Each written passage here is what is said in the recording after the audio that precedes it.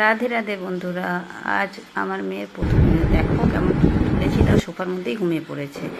ওর বাবাও দেখো এখনও ঘুমাচ্ছে। এখন 6:45 বাজে। মেয়েকে তুলছি, তুলে রেডি করালাম, আবার ও সোফার মধ্যে ঘুমিয়ে পড়লো। তারপরে এবার স্কুলে নিয়ে যাওয়ার পালা। এক্সাম ছিল, অনেক টেনশনেও ছিলাম।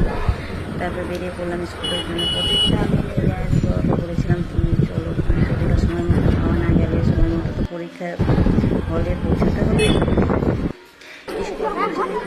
সবাই বসে আছে, সব গার্জেনরাই আজ এসেছে, ভালোই লাগছিল। আজ স্কুলটায় সব গার্জেনরা বসেছিল, সবাই টেনশনে ছিল।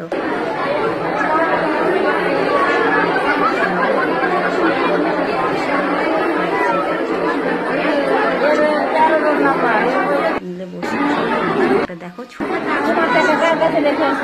পরীক্ষা দিচ্ছিল, তাই কেমন হলো পরীক্ষা? হ্যাঁ, ভালোই পরীক্ষা হয়েছে।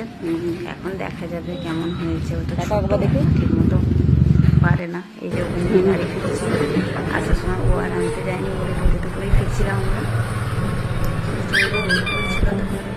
ওরা 8টা বাজে, তাও কেমন পরীক্ষা হয়েছে মা? বাড়ি ফিরছিলাম। কেমন হয়েছে? আর রোদ্দুর একদম এত কড়া রোদ্দুর ছিল। এই তো বাড়ির কাছে চলে এসেছি, ফিরে গেছি। এই যে আমাদের বাড়ির গেট সামনে দেখা যাচ্ছে।